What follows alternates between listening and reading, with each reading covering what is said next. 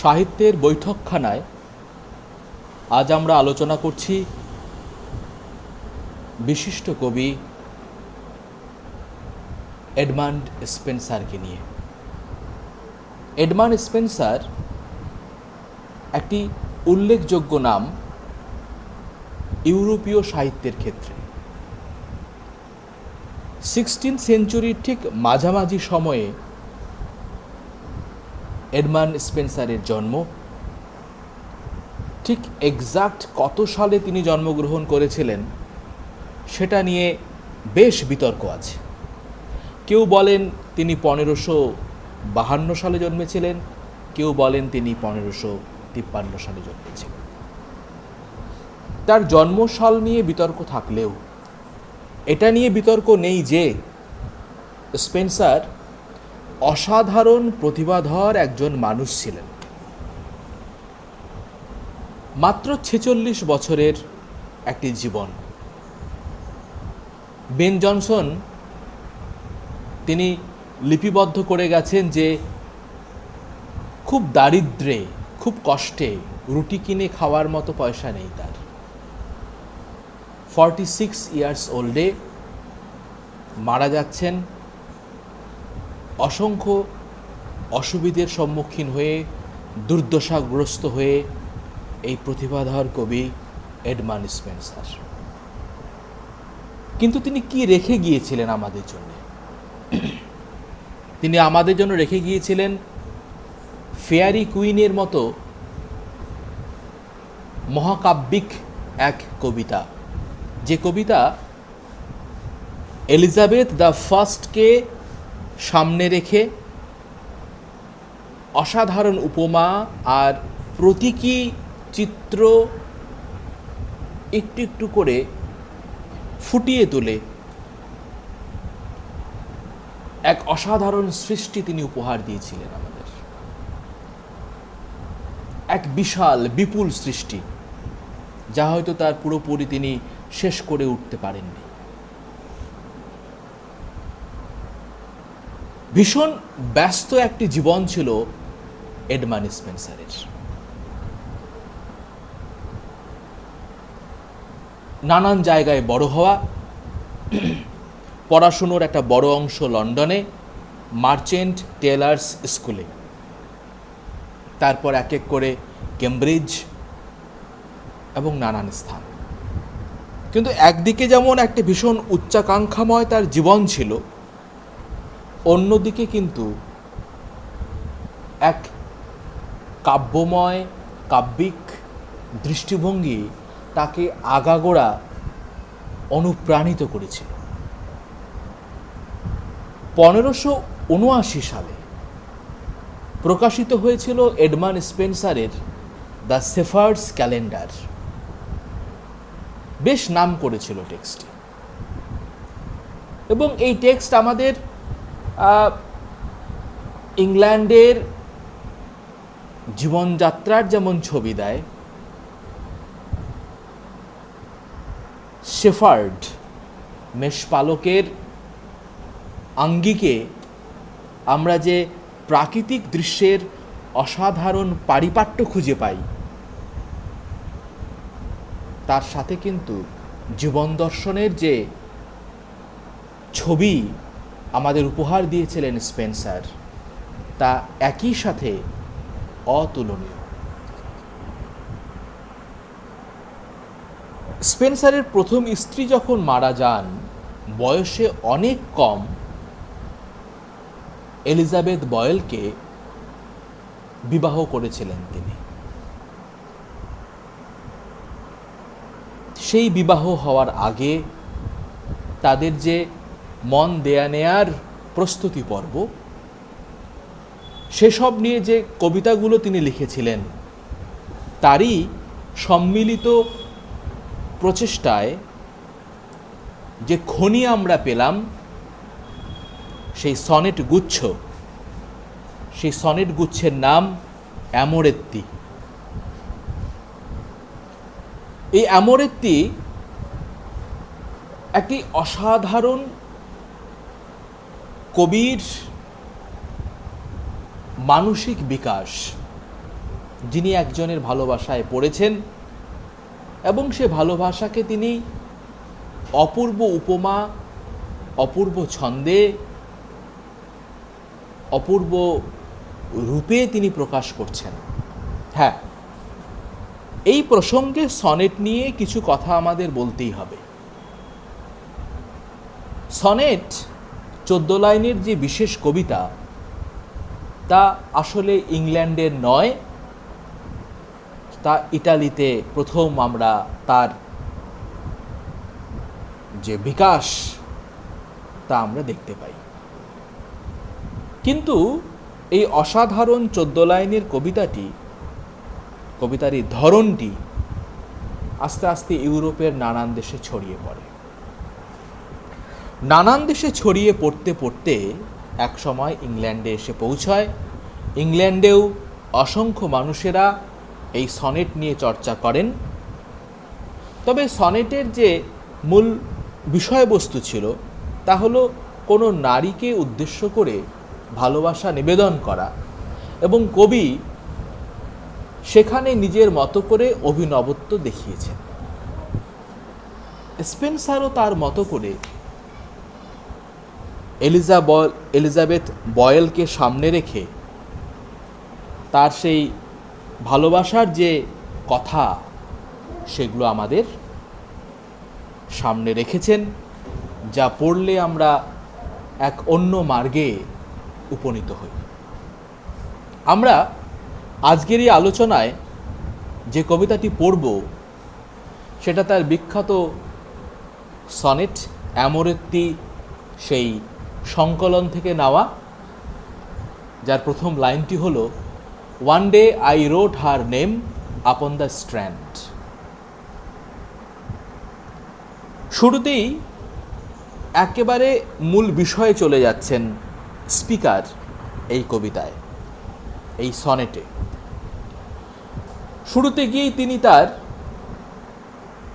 প্রিয়তমাকে উদ্দেশ্য করে বলছেন, বা প্রিয়তমা সম্বন্ধে পাঠকের সামনে তিনি পরিষ্কার করে বলছেন, one day I রোট her name upon the strand.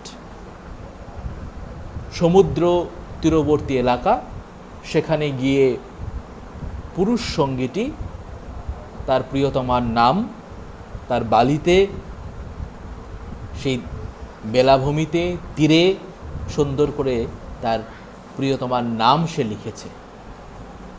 But came the waves, কিন্তু ঢেউ চলে এলো। আমরা জানি সমুদ্রে তো ঢেউ অবশ্যম্ভাবী, ঢেউ তো আসবেই। But came the waves and washed it away. ঢেউ এলো এবং সব কিছু মুছে চলে গেল। নামটি আর থাকলো না। Again I রোট it with a second hand. দ্বিতীয়বার স্পিকার বলছে, আমি আবার সেই নাম লেখার চেষ্টা করলাম। বাট কেম দ্য টাইড, জোয়ার এলো। এখানে অনেক জলোচ্ছ্বাস এলো। সেই জলোচ্ছ্বাসে কি হলো? তীরবর্তী সেই যে বালিভূমি, বালিয়াড়ি, সেখানে যে লেখা নাম, made my pains his prey. নাম লিখতে যে কষ্ট, নাম লিখতে যে অসুবিধে, তা ধুয়ে মুছে সাফ হয়ে গেল, মুছে গেল। সব পরিশ্রম জলাঞ্জলি হয়ে গেল। প্রথমবারও যেমন হলো, দ্বিতীয়বারেও হয়ে গেল। এই না দেখে কবিতাতেই কি সুন্দর অভিনবত্ব দেখাচ্ছেন স্পেন্সার, যা অনেক পরে হয়তো ভিক্টোরিয়ান যুগে রবার্ট ব্রাউনিংয়ের কবিতায় আমরা এই জাতীয় টেকনিক খুঁজে পাব। কবিতার মাঝেই দ্বিতীয় ব্যক্তি তিনি কথা বলছেন, সেই যে ড্রামাটিক মনোলগ ধর্মিতা আমরা এখানে দেখতে পাই, যা সেই সময় অনেকটাই আধুনিক, যা অনেক পরে রবার্ট ব্রাউনিং নিয়ে আসবেন তার মতো করে। এখানে মেয়েটির উপস্থিতি পাচ্ছি আবার পাচ্ছি না।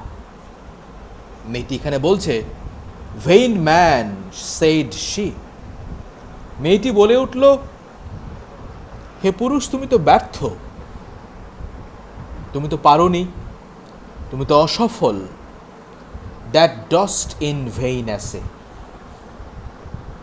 তুমি যে প্রচেষ্টা, তোমার যে অ্যাটেম্পটস, সেটা কিন্তু একাধিকবার তুমি করে দেখলে বটে, তবে তা কিন্তু সফল হতে পারেনি। আর তুমি এ কি প্রচেষ্টাই বা করছো? A mortal thing so to immortalize. মানুষ মরণশীল, এ তো সবাই জানে। তো আমাকে তুমি সমুদ্রের তীরে এই বালিতে আমার নামকে তুমি চিরস্থায়ী করবে, এ কি কোনো কাজের কথা? এভাবে কি কাউকে অমর করে রাখা যায়? এটা কি আদৌ সম্ভব? কি ভাবো তুমি? তুমি কোনো মর্টাল থিংকে এভাবে ইমর্টালাইজ করতে পারো? For I myself shall like to this decay. আমার নাম যেভাবে সমুদ্রের তীর থেকে মুছে গেছে, সেই মেয়েটি বলছে, প্রিয়তমা বলছে, প্রিয়তমা নিজেও একদিন এই সময়ের কালে মুছে যাবে। এই যে সময়, এটা বোধহয় রেনেসাঁ যুগের বড় প্রিয় বিষয় ছিল। সময়কে নিয়ে সবাই কথা বলছেন, সময়কে নিয়ে জন ডান কথা বলছেন তার অ্যানিভার্সারিতে, গুড মরোতে। সময়কে নিয়ে কথা বলছেন শেক্সপিয়ার তার একাধিক সনেট গুচ্ছতে। সময় যেন সেই দৈত্য, সময় কারো কথা শোনে না, নিজের কাজটি করে চলে যায়। কেউ সময়ের সাথে চলতে পারলে ভালো, আর যে পারবে না সে পিছিয়ে পড়বে। এখানেও ঠিক তাই।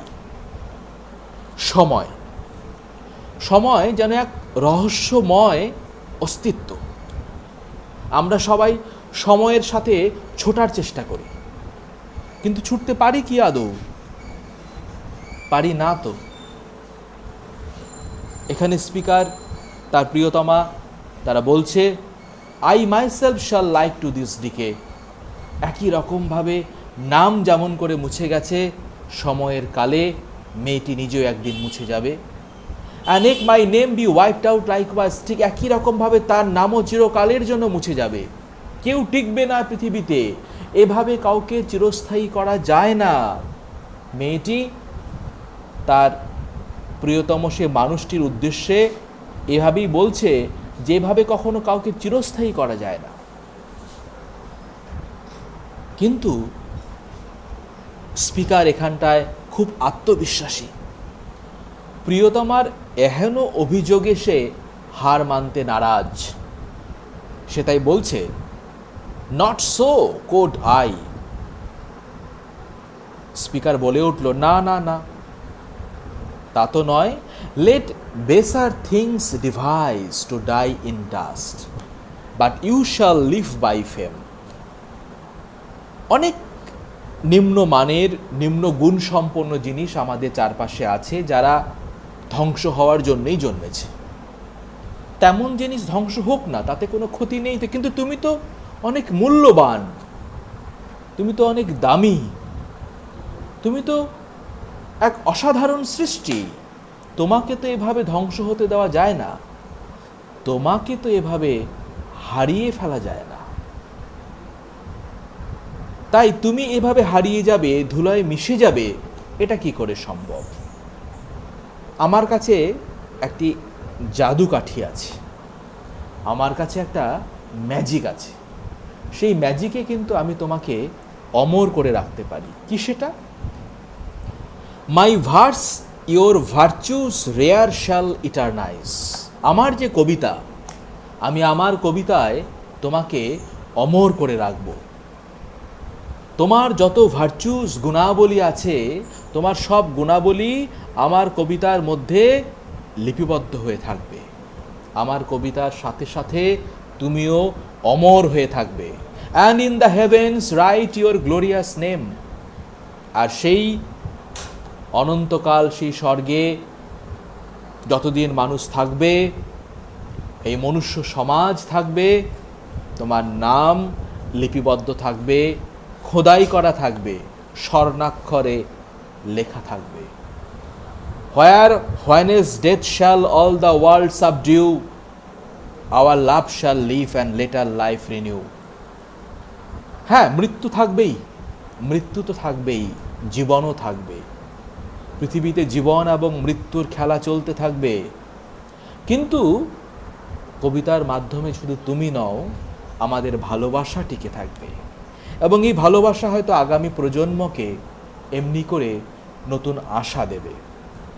সত্যি তাই, এডমান্ড স্পেন্সার অনেক মানুষের মনকে নাড়া দিয়েছিলেন, সমৃদ্ধ করেছিলেন, প্রভাবিত করতে পেরেছিলেন বলেই 46 বয়সের এই যে সংক্ষিপ্ত জীবন তিনি বেঁচেছিলেন। কিন্তু সেই জীবনে তিনি অনেক অনেক মানুষকে মুগ্ধ করতে পেরেছিলেন। তাই তাকে যখন তার দেহাংশ, তার শরীরকে